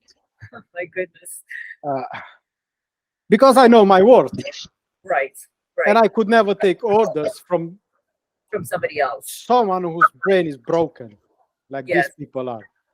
Yes. I mean, you obviously know that your brain is fucked and you're coming to me to collaborate with me. And you need me, I don't need you. So you can't place yourself like Dave Chappelle said, you're always placing yourself one up me. Like you placing yourself to become my master. Yes. Like, now we destroyed you, but now we give you money to join us. But now you join us, then you will do as we say. Because if you don't do, we're going to take that money away from you. Like it happened to the other dude, I don't know what's his name, froze his accounts and everything. And then we are going to take everything from you and put you through the same thing you've been through again. I mean, no, thank you. I'm just getting out from your brainwashing. and from your attempted murder and everything, and you are trying to pay me? No, thank you. I'm good. I'm going to disconnect the rest of the targeted individuals, and I'm going to destroy your system. And then I'm going to get what I lost back. And then we'll see what's happening from there. I'm not going to give up. But these people think, because they are easily manipulated and because they are sold out, they think everybody is a sold out. They think, okay, I'm just going to give you some money and then, I'm going to become your master. Not everybody is a sold out, and not everybody is willing to become someone else's slave for money. Right. They're obsessed by money, control, and power. It's all about that. Money, control, and power. It's amazing. Because that's what it boils to. Like what you said, they have everything. Let's talk about the top guys who control everything, not about these chihuahuas who are barking at us in crops. Those top guys, they have everything. So for them, it's just like, we are nothing. Well, there was a film that came out. I didn't watch it. I saw the coming attractions for it or whatever. And the theme was that they would pay people, girls, men, women, to play this game, to go to their private property and run around and get targeted. And they would it was a game of survival. And basically what it was is all these rich people performing target practice on live people like you and me on their private foundation, their private property, the way you would do with the way they do with canned hunts, where they bring in foxes, wild animals from Africa to hunt on their own property, which is so unnatural, but it's disgusting and torturous and sadistic. But the film was about doing with humans. Yeah, a few years something similar came out. A picture of a black dude painted all white. He was on one of these parties with all these Hollywood guys and rich people, and they said that they would just like release him into like a huge private property, like into a forest and stuff, and then they will hunt him down. And then people said that nobody saw that person after that. Just last picture of him. Of course not. It's a game for these psychopaths. They also have live murder on camera, red rooms. Yes, yeah, it's on the dark web. The dark web, I explained. The dark web, I explained what it is in my article when I exposed Anonymous. That's what they are doing. They are basically sick, and they are all connected. When I was introduced to the dark web, one of my former friends said, "Oh, even famous people are on there." But I don't think he was talking about the dark web. He was talking about the GangStalking program. Okay. Because my stalking already started back then. It started with the guy who told me what I was thinking about the smell of the food. He's starting about hacking my computer. He's starting about ruining relationship and that. And one of them said, even famous people are, well, he said dark web, but I'm sure our live streams on the dark web. Voyeurism. So you basically log into this website, pick a camera, and same thing, pick a person, and you can watch them. If they pay enough money, they have to pay. Yeah, private clubs. And probably the same thing like the Red Room. Somebody pays a certain amount of money and said, "Okay, I want you to make him go through an accident. Or I want you to make him do this and do that." Yes. Yeah. Yeah. In fact, that's Sabrina Wallace says it. It's a pay-for-play thing. That we're a video game to some of these people. They're literally pressing buttons, using a joystick, and watching us as if we're a video game. Yeah, they are seeing themselves as powerful and important, and some of them are afraid to talk about it because they will end up like us or dead. So right, they would rather shut up. Yes, it is clear. This is like an open secret. Everybody knows about it, but nobody wants to admit it. Nobody wants to admit it, but I also think, and I know that Karen Stewart had mentioned like years ago that these people have to sign agreements, non-disclosure agreements, that some of them have to sign on non-disclosure agreements to say that they will not talk about it, they won't tell the targeted person, and if they do, that they will be fined $10,000. So that's enough to make anyone shut their mouth if they're going to get fined $10,000 if they signed an agreement. But who in their right mind is going to sign that agreement? There are a lot of people doing it, selling themselves for money. I told you this, their budget is unlimited. This is basically an unlimited budget we are fighting against. Yeah. A very well organized crime syndicate, if you can call them that way, and us, a few targets. You see how to put it, when I talk about us targeted individuals, you and me and people who are not popular, we are kind of sabotaged but left alone. If they offered me 500K to join them, how much they offered Magnus Olsen? I don't know. How much they offered Richard Garlinghouse or whatever his name is, who has that? How much money they offered Catherine Hostel? What's her name, that Romanian girl? Horton. How much money they offered those people if they offered me 500K? They have unlimited budget because eventually every person on earth will be connected and they cannot mess this up. Because if they mess this up, their system is crumbling. They will do whatever it takes to keep us quiet and to keep people like uninformed and misinformed. They will say, okay, this is the truth, but actually it's not. Talking about fake and sold outs. Catherine Horton, fake. Stewart, I think she's like half-half. She's a bit with them and a bit with us, with the victims. What's your opinion on the lawsuit?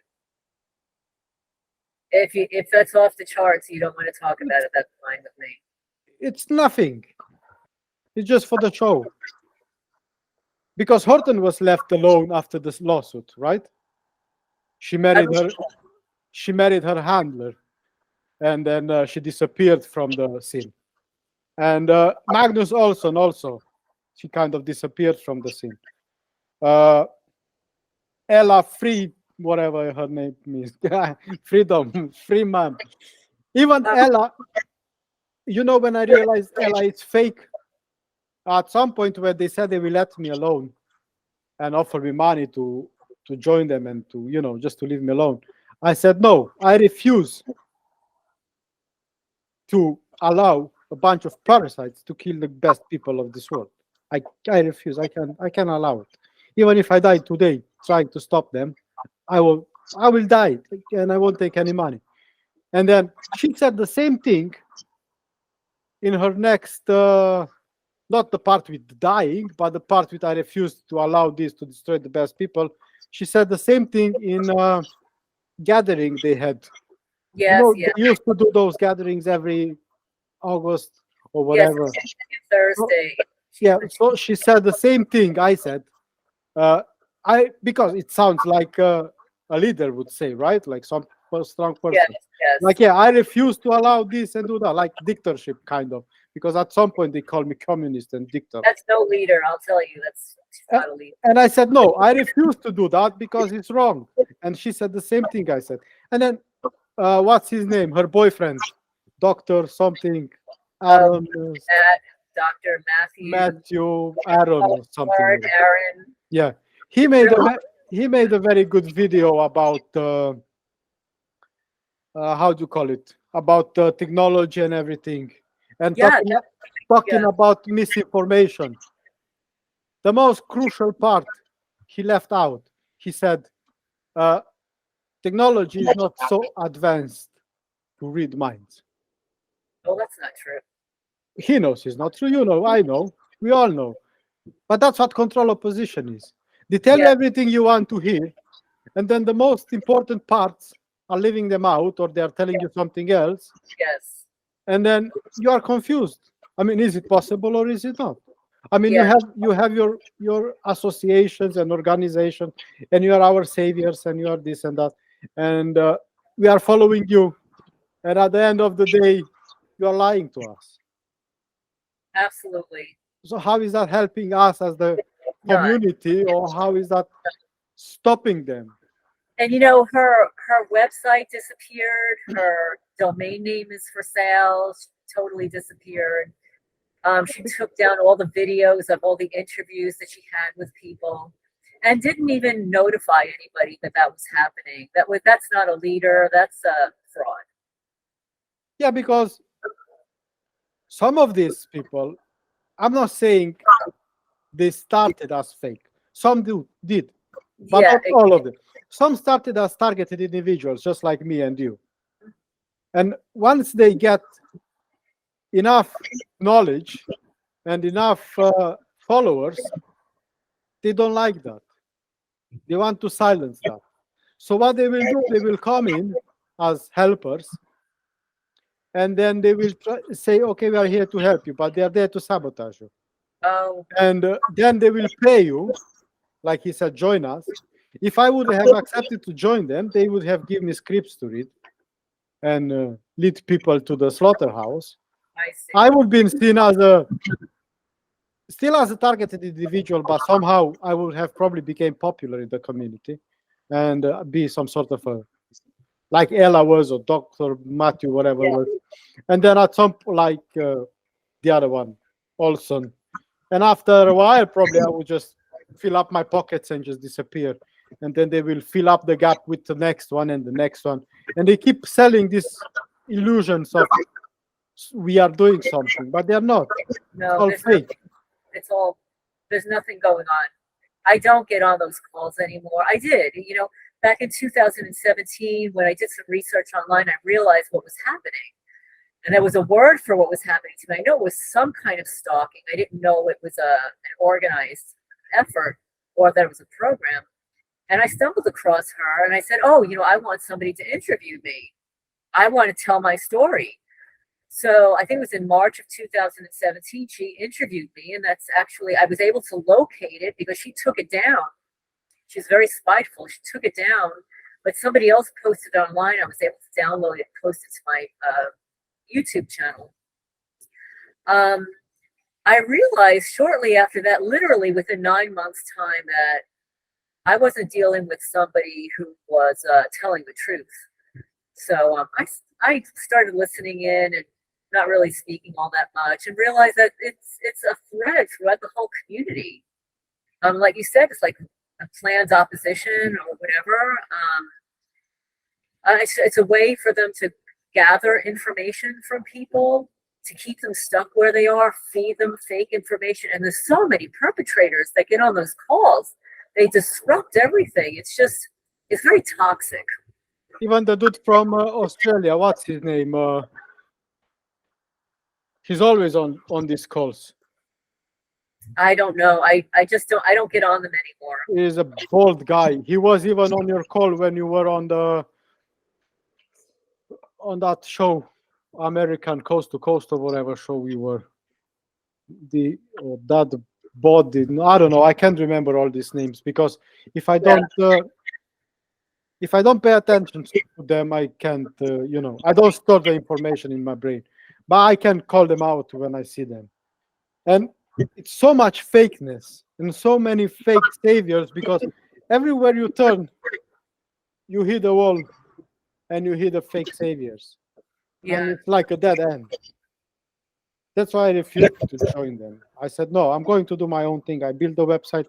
I made my YouTube channel. I made everything. They tried to take my YouTube channel down so many times. Like they reported all my videos. At some point, YouTube was like, okay, we understand, because you can leave a comment, when you said appeal here. And I said, listen, my ex is trying to take down the channel. She's trying to take revenge on me. Nothing goes against any policies. All these videos were already on YouTube. How can you take mine? And the other video is on. And then probably someone read that, and they I had so many reports on my videos that at some point even YouTube said, we understand you don't want to do anything that goes against our standards, and even if this is the third or fourth strike, I was like at the limit to have my channel deleted. Even if you are at the limit, we are not going to take down your channel. Yes, yes. We are just going to, let this one go. After my first interview, because what happened on my first interview? I made a presentation and I connected all the dots, or most of the dots. And they didn't want that because before the interview, they bombarded my brain with all sorts of stupid thoughts, and they thought they will manipulate me to say things the way they wanted to say, to make me sound stupid and crazy and deluded. But because the presentation had to be done and the dots had to be connected, and it was my first interview, I said, okay, I'm going to make a presentation. And I made that nicely presentation with dates, with names, with numbers, with everything. And then they hit me with some form of energy, because like now I was sweating and I was, kind of agitated, but I could control myself because I had a screen in front of me, with the text.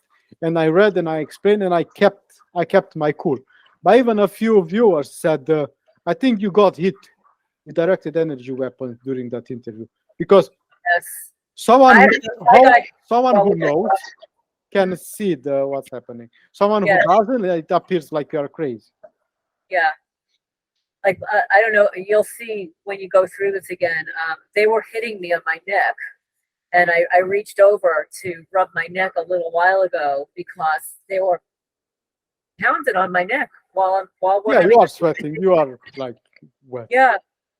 I was feeling I wanted to like get them out of here. Right? But, they are keep trying these little tricks on us to make us look crazy. But yes, I think everyone who has more than 2 neurons functional can tell that we are not talking nonsense, because everything that we are talking about, like we started with the psychology, it's in the books. Yes, it can be verified. If anyone wants to verify what we are talking about and what we said, it can be verified. And it's all nonsense. Every single sentence what we are talking here can be verified. It's not that we are making things up like they want us. And everyone with a brain can tell that, yes, we are genuine and we are having a genuine conversation here and we are trying to have. Of course, they will come and leave stupid comments and they will try to discredit us and all of that. But it's not working for somebody who has a brain. No. But anyway, I so appreciate your inviting me. I hope we can do this again. I mean, it's like a little bit like after 3 o'clock my time, and I'm going to have to go start taking care of my animals, get them ready, because the sun starts going down about an hour. It was nice talking to you. You can tell the people where can they find you. I will also leave a link to your YouTube channel in the comments. It's Lorraine, Alternative Homesteading, and if you need to email me, it's alternativehomesteading@gmail.com. And again, it's Alternative Homesteading is the YouTube channel. If you're going to provide a link, that's wonderful. I will leave a link in the comments. So much. And yes, this is Viorel's book. Here's his book right here, guys. It's The Battle for Your Brain, Psychological Warfare, GangStalking, Attention Awareness. Yeah, let's hope people will read it and disconnect themselves from the matrix. Yeah. Thank you again for coming. We will end this conversation here. We'll keep in touch.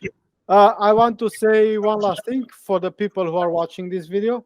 If you have any questions, if you want us to do this again, just leave a comment, leave your questions, and we can get in touch with Lorraine again, and we can do this again. We can probably do a Q&A, or we see how it goes. We might do this again. Thank you very much. Happy New Year. Happy New Year, and have a lot of fun on your farm. Yeah, we'll have some fun, okay? All right, I'll talk to you soon. Talk to you soon. Bye-bye.